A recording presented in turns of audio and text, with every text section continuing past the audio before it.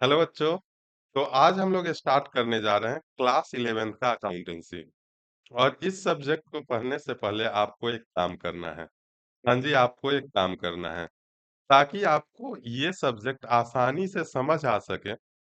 इसीलिए आपको एक काम करना है कि जब आप इस सब्जेक्ट को पढ़ोगे उस समय आपको एक बिजनेसमैन की तरह सोचना है, क्योंकि ये जो सब्जेक्ट है अकाउंटेंसी, इसको बिजनेस का लैंग्वेज कहते हैं। और जब तक आप एक बिजनेसमैन की तरह सोचोगे नहीं, जब तक आपका माइंडसेट एक बिजनेसमैन की तरह नहीं होगा, तब तक आप बिजनेस के लैंग्वेज को कैसे समझोगे? इसीलिए इस सब्जेक्ट को पढ़ते टाइम में आपको खास ध्यान में रखना है कि आपका जो माइंडसेट है, आपका जो सोचने का तरीका है, वो एक बिजनेसमैन की तरह है। यहाँ तक क्लियर है? हाँ जी सर, क्लियर है। तो चलिए चलते हैं अपने सबसे पहले टॉपिक की तरफ। Why we need accounting. हम लोग जो ये सब्जेक्ट पढ़ रहे हैं अकाउंटेंसी, और उसमें जो हम लोग अकाउंटिंग पढ़ रहे हैं, इसकी क्या ज़रूरत है? आखिरकार क्यों हमें एक सब्जेक्ट पढ़ना पड़ा? तो बच्चे, आप एक बिज़नेसमैन की तरह सोचो। आपने अपने बिज़नेस में लाखों करोड़ों इन्वेस्ट किया है, पैसा लगाया है। आप इतने कस्टमर के साथ डील कर रहे हो, आप लाखों कस्टमर के साथ डील कर रहे हो। लाखों कस्टमर को आप अपना प्रोडक्ट सेल कर रहे हो। अनेकों सप्लायर से आप प्रोडक्ट खरीद के ला रहे हो। पूरे साल आप बहुत मेहनत कर रहे हो। तो क्या साल के अंत में आपको ये नहीं जानना होगा कि आपने जो इतना मेहनत किया, इसका रिजल्ट क्या मिला आपको?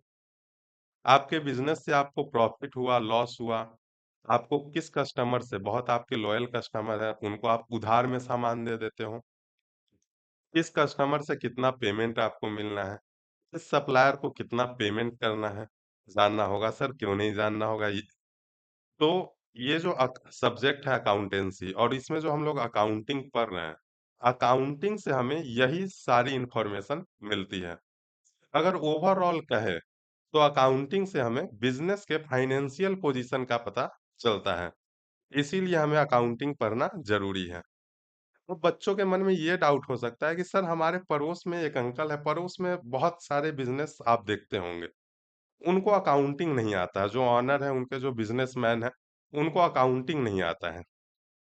वो बस, उनके पास एक ऐसा रजिस्टर होता है, और ऐसे रजिस्टर में वो सब कुछ लिख के रखते हैं, और उनको सब पता होता है कि किस कस्टमर से कितना पेमेंट मिलना है, किस सप्लायर को कितना पेमेंट करना है, उनको कितना प्रॉफिट हो रहा है, सब पता होता है उनको। तो बच्चे, ये जो आपके घर के आसपास के बिजनेसेस ऐसे रजिस्टर में सब कुछ रिकॉर्ड करके रख रहे हैं, सब कुछ लिख के रख रहे हैं, इसको ही हम लोग अकाउंटिंग कहते हैं। अब बच्चा के मन में ये डाउट हो सकता है कि सर, जब इसी को अकाउंटिंग कहते हैं, तो हम लोग एक सब्जेक्ट क्यों पढ़ रहे हैं? इतना मेहनत क्यों कर रहे हैं? हम तो ऐसे ही लिख के रख लेंगे। तो जब तक आपका बिज़नेस छोटा है, जब तक आप एक सर्टेन लिमिट तक बिज़नेस कर रहे हो, तब तक तो कोई प्रॉब्लम नहीं है। लेकिन सपोज़ आपको अपना बिज़नेस बड़ा करना पड़ा, आपको बैंक से लोन लेना पड़ा, आपको बिज़नेस पार्टनरशिप में करना पड़ा। जब कोई आदमी आपके बिज़नेस में पैसा लगाएगा, जब आपका पार्टनर आपके बिज़नेस में पैसा लगाएगा, या बैंक आपके बिज़नेस में पैसा लगाएगा, तो वो तो प्रॉफ़िट का हिसाब माँगेगा। उसको भी ये जानना होगा कि आपके बिज़नेस से कितना प्रॉफ़िट हो रहा है, ताकि उसको भी पता चल सके कि बैंक जो लोन दे रहा है, वो लोन आप पे कर भी पाओगे या नहीं। ताकि पार्टनर को प्रॉफ़िट में हिस्सेदारी चाहिए होगा, इसीलिए उसको प्रॉफ़िट जानना होगा। तो क्या आप बैंक को, पार्टनर को, सबको हिसाब समझाने बैठोगे? नहीं सर, समझाने क्यों बैठेंगे? क्योंकि आपका लिखने का तरीका अलग है, बैंक का लिखने का तरीका अलग है, आपके पार्टनर का लिखने का तरीका अलग है। हो सकता है लैंग्वेज भी अलग हो। इंडिया में तो बहुत सारे लैंग्वेज बोले जाते हैं, आपने कुछ और लैंग्वेज में, आपने अपने लैंग्वेज में लिखा हो, आपके पार्टनर का लैंग्वेज कुछ और हो। तो क्या आप एक-एक ट्रांज़ैक्शन समझाने बैठोगे? साल के अंत में तो लाखों ट्रांज़ैक्शन आपके हो जाते हैं, अब उसको समझाने में ही आपको 4-5 दिन लग जाएगा। तो समझाने नहीं बैठेंगे सर, हमारे पास इतना टाइम कहाँ है, हम तो बिज़नेसमैन हैं। तो यहाँ पे हमें क्या ज़रूरत था? हमें ज़रूरत था एक स्टैंडर्ड सिस्टम का, एक स्टैंडर्ड लैंग्वेज का, जो सब फ़ॉलो करें। आप भी फ़ॉलो करो, हम भी फ़ॉलो करें। आपका जो पार्टनर है वो भी फॉलो करे, बैंक भी फॉलो करे, ओवरऑल पूरे दुनिया में वो सिस्टम, वो लैंग्वेज फॉलो किया जाना चाहिए। तो जो अकाउंटिंग में हम लोग पढ़ रहे हैं, वही एक स्टैंडर्ड सिस्टम, स्टैंडर्ड लैंग्वेज पढ़ रहे हैं, जो सब फॉलो करते हैं। तो क्या हम लोग ये कह सकते हैं कि अकाउंटिंग जो है वो एक लैंग्वेज है? हाँ, अकाउंटिंग जो है वो एक बिजनेस का लैंग्वेज ही है। अब लैंग्वेज सुन के बच्चा डर जाता है कि लैंग्वेज जब हमको पढ़ना है तो हमें तो वर्ड्स पढ़ने होंगे, और वर्ड्स तो हमें रटने होंगे। कुछ नहीं रटना होगा, आपको सब कुछ एक छोटे से एग्जाम्पल से समझाएंगे, सब समझ में आ जाएगा। तो चलिए चलते हैं अपने एग्जाम्पल के तरफ। सपोज आपको एक स्टेशनरी स्टोर ओपन करना है। तो आपने क्या किया, स्टेशनरी स्टोर का एक नाम रखा। आपने स्टेशनरी स्टोर का नाम रखा X Y Z stationery store. वैसे ही आप अपने घर के आसपास में देखते होंगे जितने सारे बिजनेसेस हैं, जो किराना दुकान है, जो मेडिकल शॉप है, जो स्टेशनरी स्टोर है, जो मोबाइल का दुकान है, सबका एक अलग नाम होता है। और हम लोग उस दुकान को उस दुकान के नाम से जानते हैं, उसके ऑनर के नाम से नहीं जानते हैं। अगर हम लोग कोई सिम खरीद के लाते हैं, सिम कार्ड, तो हम लोग ये थोड़ी बोलते हैं कि अंबानी से खरीद के लाए हैं। हम लोग बोलते हैं जियो का सिम खरीद के लाए हैं। अगर हम लोग रिलायंस डिजिटल से कोई सामान खरीद के लाते हैं, तब भी हम लोग ये नहीं बोलते हैं कि अंबानी से खरीद के लाए हैं।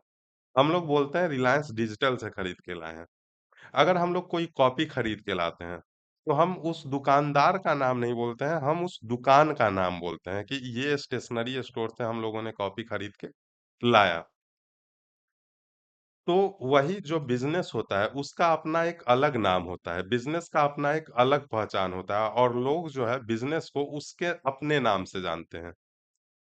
बिज़नेस अपने आप में एक सेपरेट इकोनॉमिक यूनिट होता है, जो कि ओनर से अलग होता है।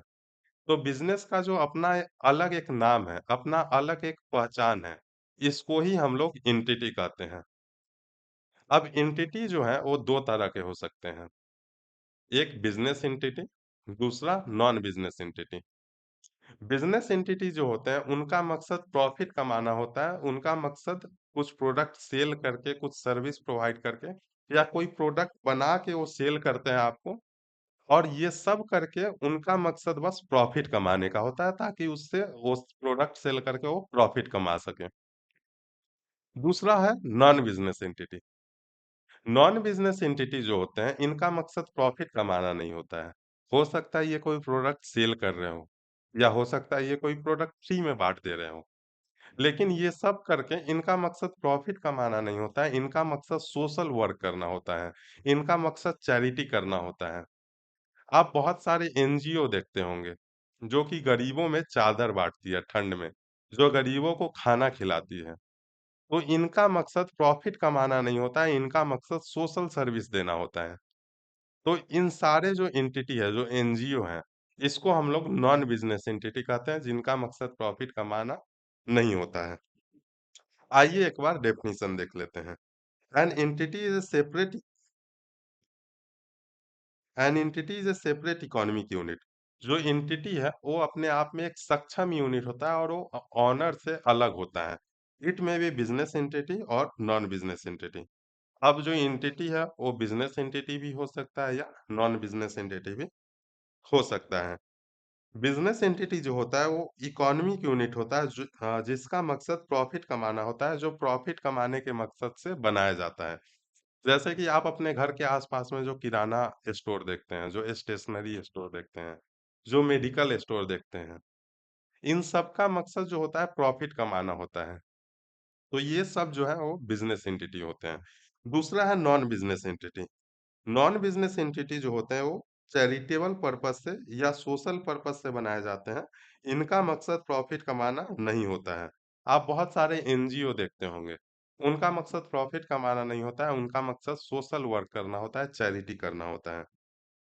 अब आपने अपने बिजनेस का एक अच्छा सा नाम रख लिया, X Y Z stationery store. अब आप उसके ऑनर हो गए, बिजनेस का आप ऑनर हो गए। तो जो बिजनेस का ऑनर होता है, उसको हम लोग अकाउंटिंग में प्रोप्राइटर कहते हैं। The person who start and on the business and invest capital in it is called the proprietor. जो पर्सन बिजनेस को स्टार्ट करता है और उसमें पैसा लगाता है, ऑनर ही तो पैसा लगाएगा सर, और कोई थोड़ी लगाएगा। तो जो पैसा लगाता है, जो ऑनर होता है, उसको ही हम लोग अकाउंटिंग में प्रोप्राइटर कहते हैं। अब हम लोगों ने एक बिजनेस का अच्छा सा नाम सोच लिया और बिजनेस ओपन कर लिया। हम बिजनेस का प्रोप्राइटर बन गए। क्या इससे ही हमें प्रॉफिट आने लगेगा? नहीं सर, उसके लिए तो स्टेशनरी स्टोर के केस में हमें बुक्स, कॉपी, पेन वगैरह खरीद के लाना पड़ेगा। उसके लिए एक शॉप भी चाहिए होगा, उसको हम लोग रेंट पे लेंगे या फिर शॉप बनवाएँगे। अगर हमारा जगह अपना होगा, तो हम लोग शॉप बनवा लेंगे, या फिर अगर अपना जगह नहीं है तो रेंट पे लेना होगा।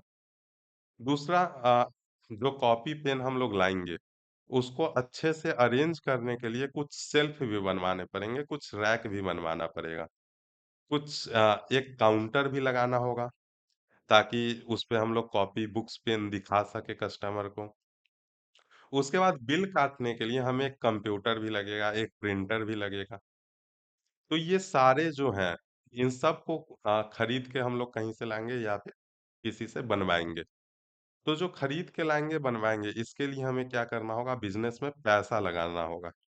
तो जो पैसा या जो भी रिसोर्स, हो सकता है ओनर के खुद के घर में जो बिज़नेस ओपन कर रहा है, सपोज़ आप स्टेशनरी स्टोर ओपन कर रहे हो और आपके पास 10 लाख रुपया है और आपके घर में एक काउंटर पड़ा हुआ है।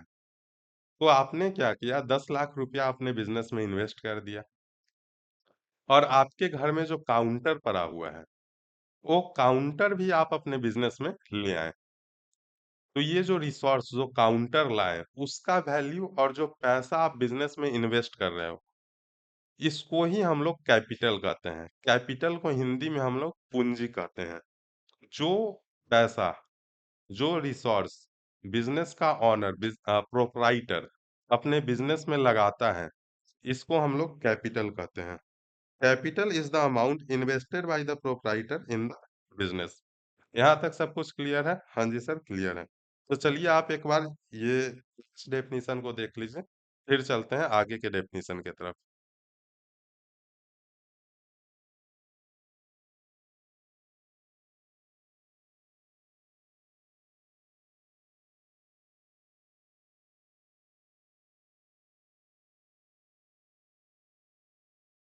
देख लिया? हाँ जी सर, देख लिया।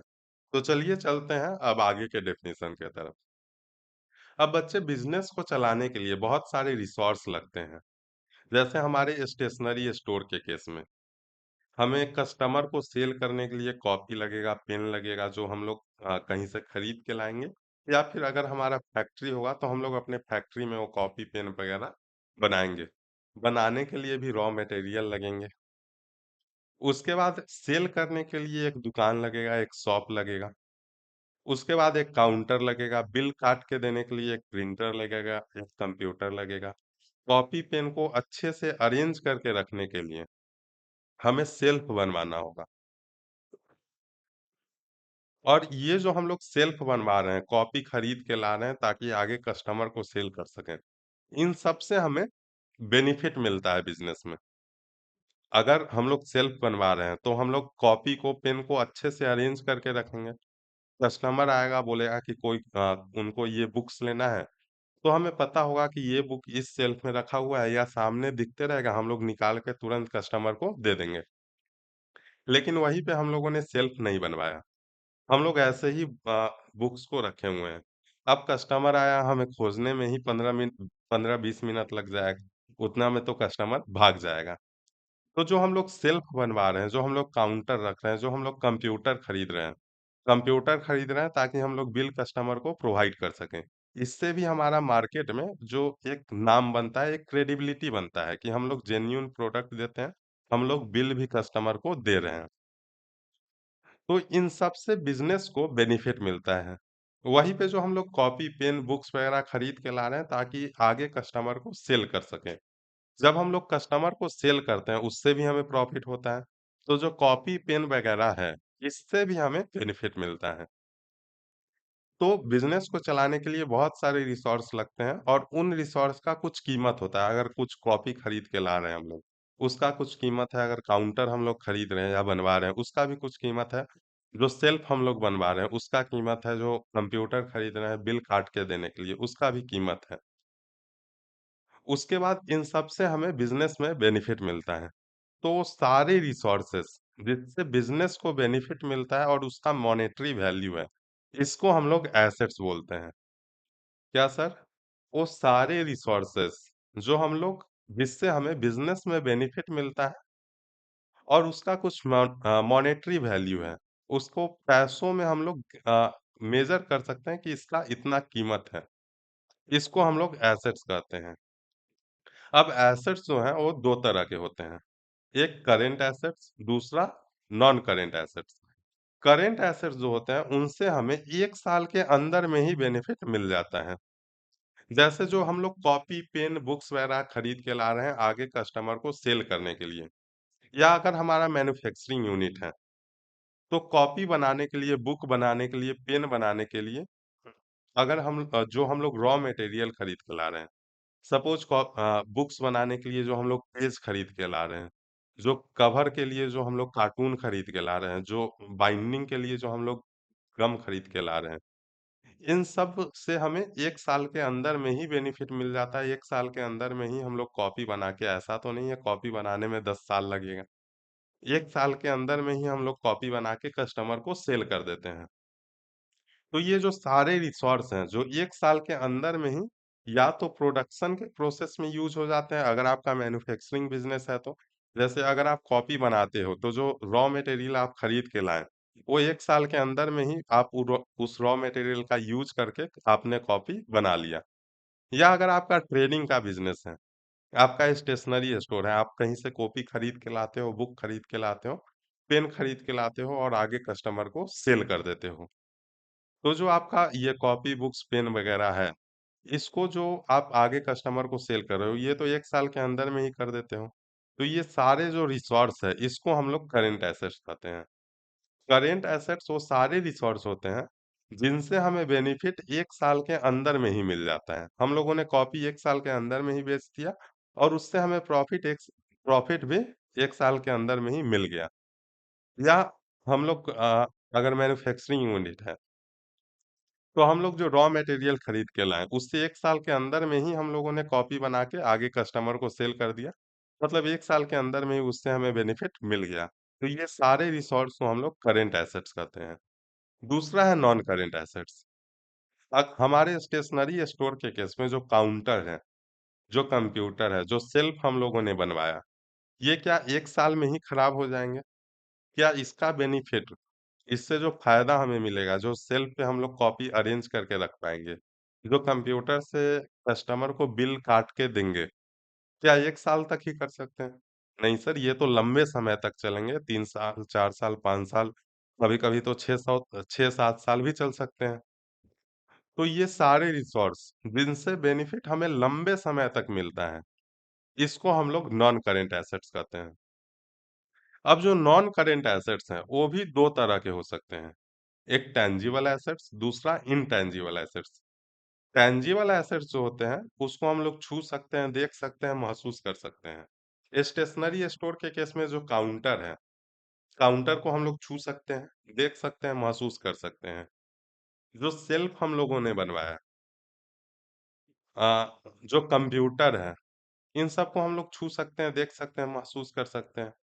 उसके बाद अगर हमारा मैन्युफैक्चरिंग यूनिट है, तो जो मशीन है जिसमें हम लोग बुक्स बनाते हैं, जो मशीन है जिसमें हम लोग बुक्स का पेज प्रिंट करते हैं, तो ये सारे जो रिसोर्स हैं, जिसको हम लोग छू सकते हैं, देख सकते हैं, महसूस कर सकते हैं, वो सारे जो एसेट्स जिसको हम लोग छू सकते हैं, देख सकते हैं, महसूस कर सकते हैं, उसको हम लोग टैंजिबल एसेट्स कहते हैं। दूसरा है इनटैंजिबल एसेट्स। इनटैंजिबल एसेट्स जो होते हैं, उसको हम लोग ना छू सकते हैं, ना देख सकते हैं, ना महसूस कर सकते हैं। लेकिन उनसे हमें फ़ायदा मिलता है। जैसे बिज़नेस का गुडविल, बिज़नेस का जो रेपुटेशन है, बिज़नेस का जो नाम है, उससे भी हमें फ़ायदा मिलता है।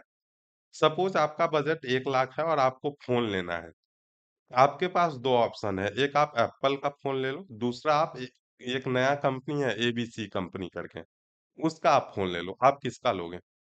एप्पल का लेंगे सर। एप्पल का ही क्यों लोगे? क्योंकि एप्पल का अपना एक नाम है, अपना एक रेपुटेशन है, जो रेपुटेशन है उसको ही हम लोग गुडविल कहते हैं। एप्पल का अपना एक गुडविल है।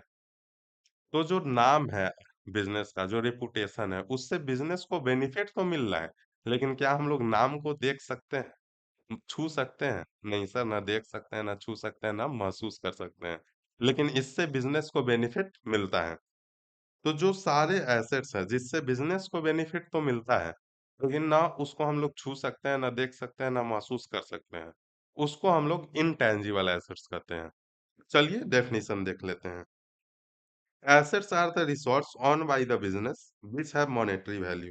Assets वो सारे रिसोर्स हैं जो बिजनेस का जिस पे कंट्रोल है, बिजनेस जिसका मालिक है। अगर काउंटर है मेरा बिजनेस में, तो काउंटर तो मेरा है, उस पे मेरा कंट्रोल है, उस पे मेरा ऑनरशिप है।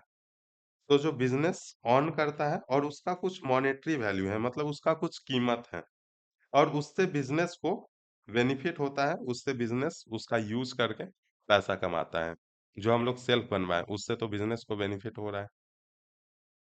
नेक्स्ट है, अब जो एसेट्स हैं वो 2 तरह के हो सकते हैं, करंट एसेट, दूसरा non current assets. Current asset जो होते हैं, वो 1 साल के अंदर में ही कंज़्यूम हो जाते हैं या कैश में कन्वर्ट हो जाते हैं। 1 साल के अंदर में ही उनसे हमें बेनिफिट मिल जाता है। दूसरा है non current assets. Non current assets जो होते हैं, वो बिज़नेस में 1 साल से ज़्यादा यूज़ होते हैं। उनसे बेनिफिट जो है हमें 1 साल, बिज़नेस में 1 साल से ज़्यादा मिलता है। Non current assets are the assets which are held for use in business for more than 1 year.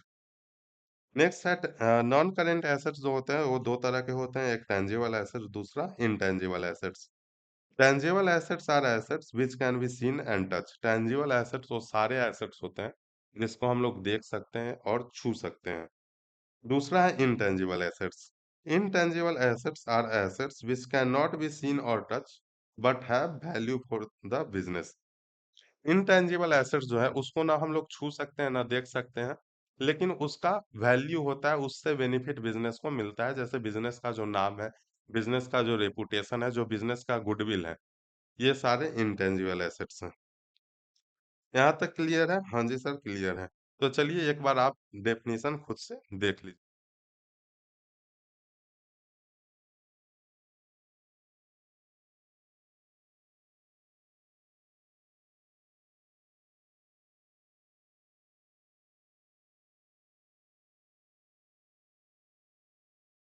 हो गया कंप्लीट? चलिए चलते हैं अब आगे के डेफिनेशन की तरफ।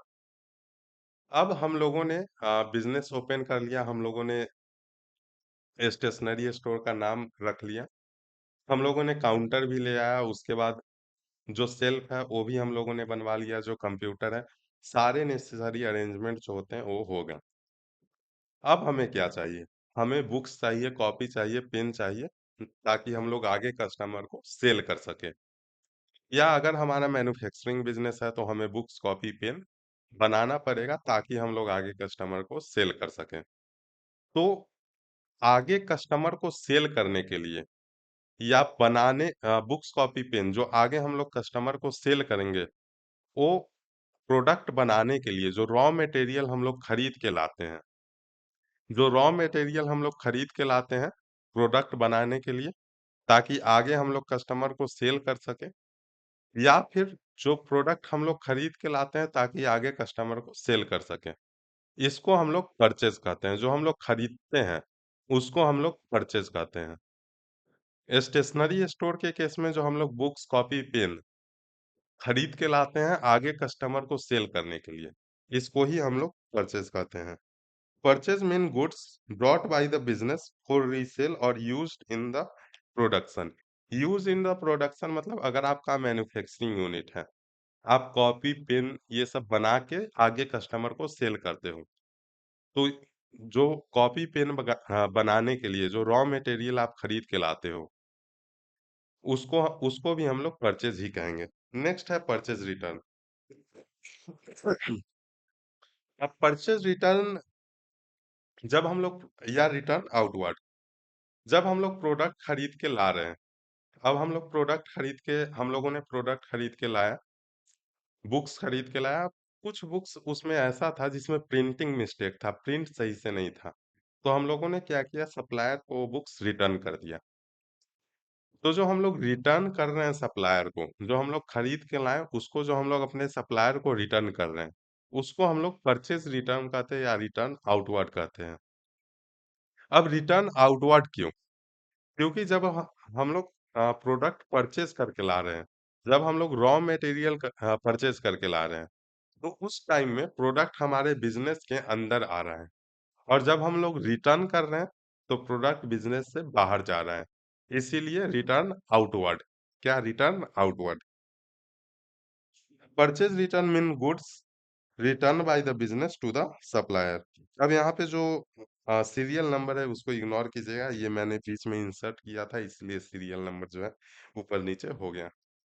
नेक्स्ट है इन्वेंटरी।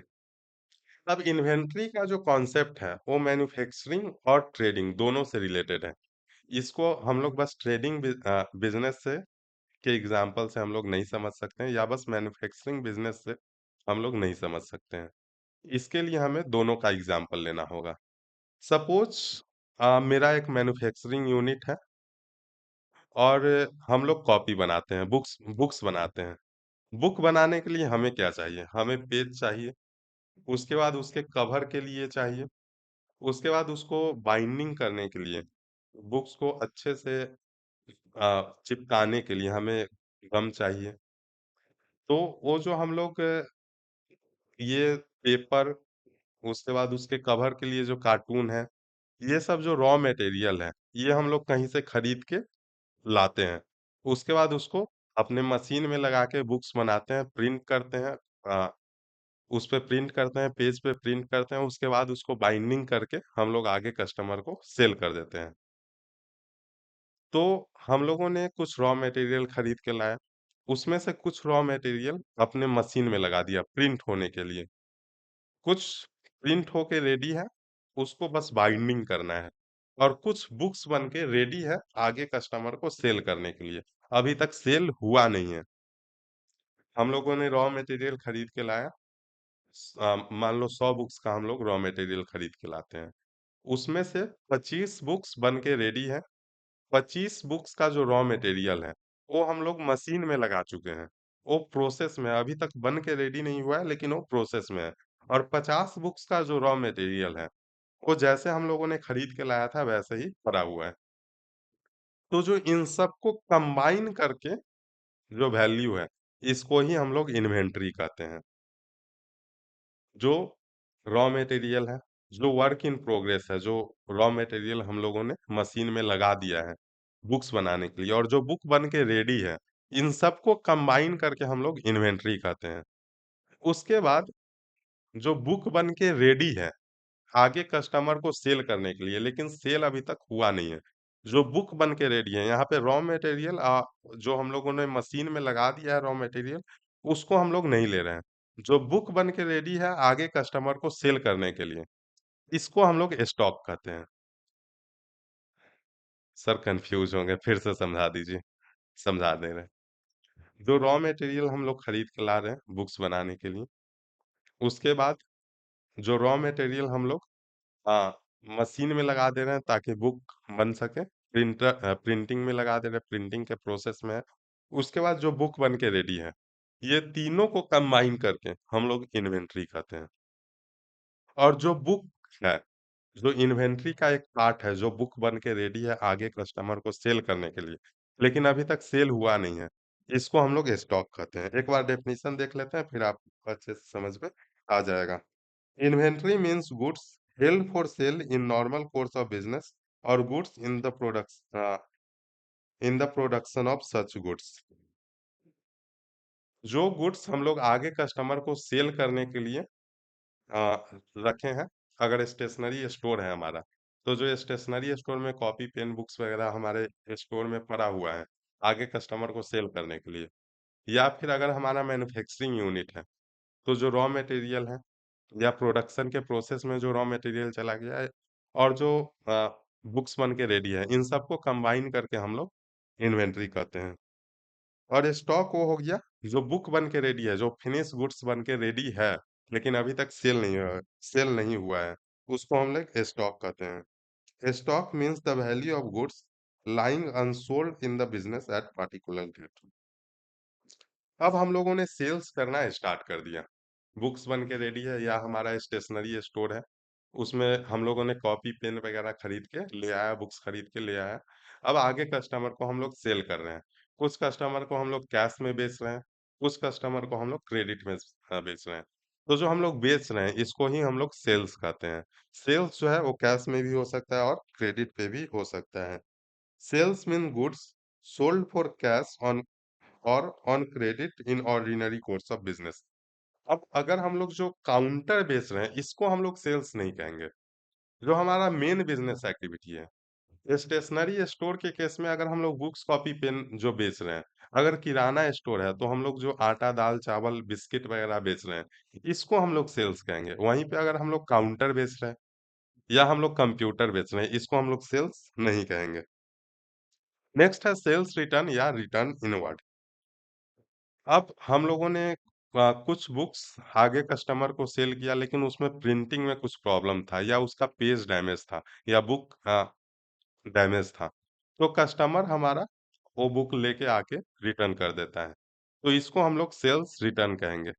वो सारे गुड्स जो हमारा कस्टमर हमको रिटर्न कर देता है, वो सारे जो प्रोडक्ट है जो हम लोगों ने सेल किया था आगे कस्टमर को लेकिन कस्टमर आके हमें रिटर्न कर देता है, इसको हम लोग सेल्स रिटर्न कहते हैं। Sales return or return inward means goods returned by customer to the business। अब रिटर्न इनवर्ड क्यों? क्योंकि जब हम लोग सेल कर रहे हैं तो प्रोडक्ट हमारे बिजनेस से बाहर जा रहा है। अब जब कस्टमर रिटर्न कर रहा है तो प्रोडक्ट रिटर्न हमारे बिजनेस में आ रहा है। क्या हो रहा है? अंदर की तरफ आ रहा है। तो इसीलिए इसको हम लोग सेल्स रिटर्न इनवर्ड कहते हैं। नेक्स्ट है रेवेन्यू। अब हम लोग जो प्रोडक्ट सेल कर रहे हैं, जो हमारा मेन बिजनेस एक्टिविटी है, स्टेशनरी स्टोर के केस में जो बुक्स पेन कॉपी हम लोग सेल कर रहे हैं, अब ये सेल करके जो हमें पैसा आ रहा है इसको ही हम लोग रेवेन्यू कहते हैं। सपोज हमारा एक कॉपी का कीमत जो है 100 है और हम लोगों ने 100 कॉपी सेल कर दिया।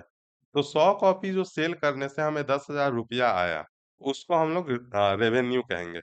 लेकिन वहीं पे हम लोगों ने क्या किया कि कंप्यूटर में कुछ प्रॉब्लम आ रहा था, तो हम लोग सोचा कि एक नया कंप्यूटर ले लेते हैं, ये कंप्यूटर बेच देते हैं। तो 10,000 का वो कंप्यूटर हम लोगों ने सेल कर दिया। तो जो कंप्यूटर सेल करने से 10,000 रुपया आया, उसको हम लोग रेवेन्यू नहीं कहेंगे।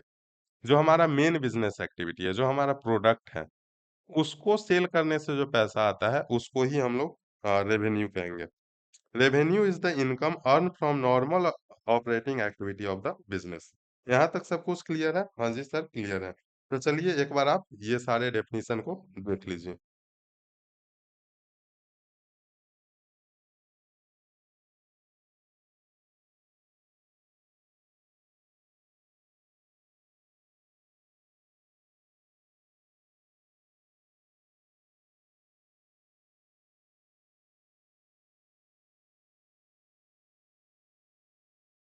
देख लिया? हाँ जी सर, देख लिया। अब जब हम लोग बिजनेस करते हैं तो क्या बस पैसा आता ही है? क्या सेल करने से बस पैसा आता ही है या हमारे कुछ खर्चे भी होते हैं? हम लोग जो स्टेशनरी स्टोर कर रहे हैं, उसमें हमारा इलेक्ट्रिसिटी बिल भी तो जा रहा होगा। अगर हम लोगों ने शॉप रेंट पे लिया है, तो रेंट भी तो जा रहा होगा। उसके बाद अगर हम लोगों ने कुछ एम्प्लॉयी रखा है, जो कस्टमर को बिल काट के दे, तो उसका भी सैलरी भी जा रहा होगा। तो ये जो सारे खर्चे हैं, इसको हम लोग एक्सपेंस कहते हैं। जो बिज़नेस के डे टू डे एक्टिविटी में जैसे रेंट जा रहा है, एम्प्लॉयी का सैलरी जा रहा है, ये सारे जो खर्चे हैं, जो इलेक्ट्रिसिटी बिल जा रहा है, इसको हम लोग एक्सपेंस कहते हैं। Expense are the cost incurred in carrying out day to day activity of the business to earn revenue. अब जो हम लोग एक्सपेंस कर रहे हैं, जो एम्प्लॉयी को सैलरी दे रहे हैं, वो किस लिए दे रहे हैं? ताकि उससे हमें प्रॉफिट आ सके। एम्प्लॉयी को सैलरी देंगे, एम्प्लॉयी सेल करेगा, तभी तो हमें प्रॉफिट आएगा। नेक्स्ट है वेजेस।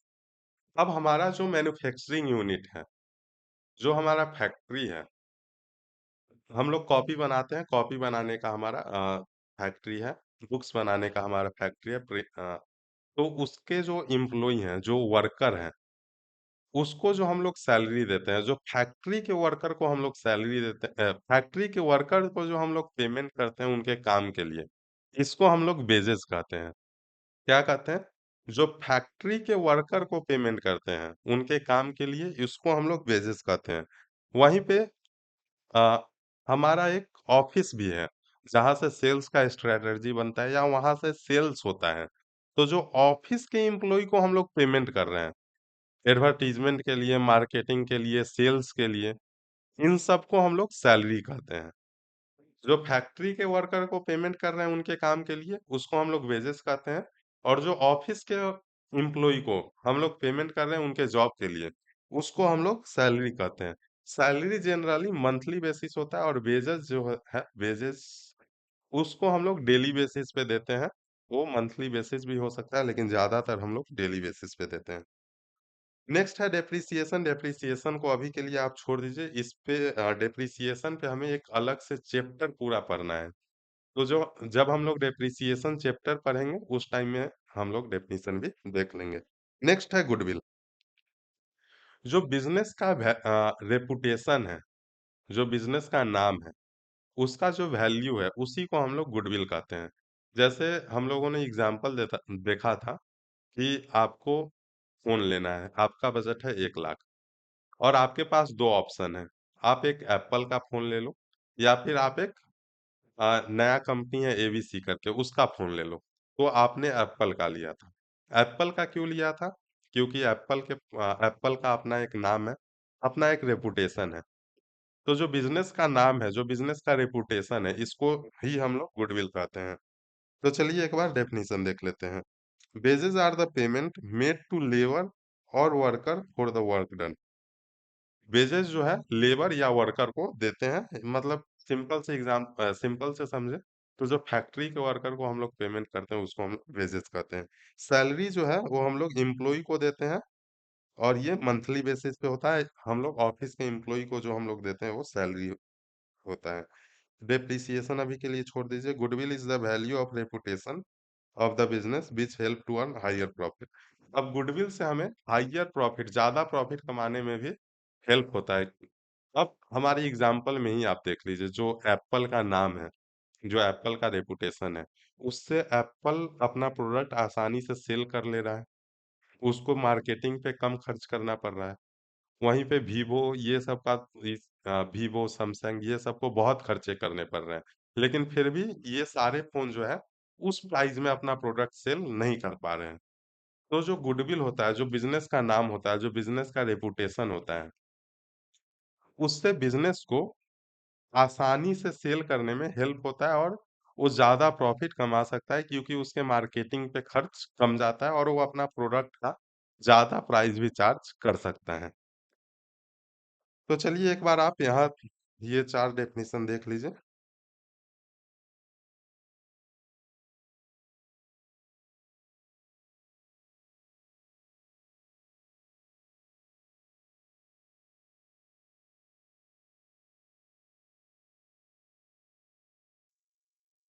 यहाँ तक सब कुछ क्लियर है? हाँ जी सर, क्लियर है। तो आज के लिए बस इतना ही रखते हैं और आगे के डेफ़िनिशन देखते हैं नेक्स्ट वीडियो में।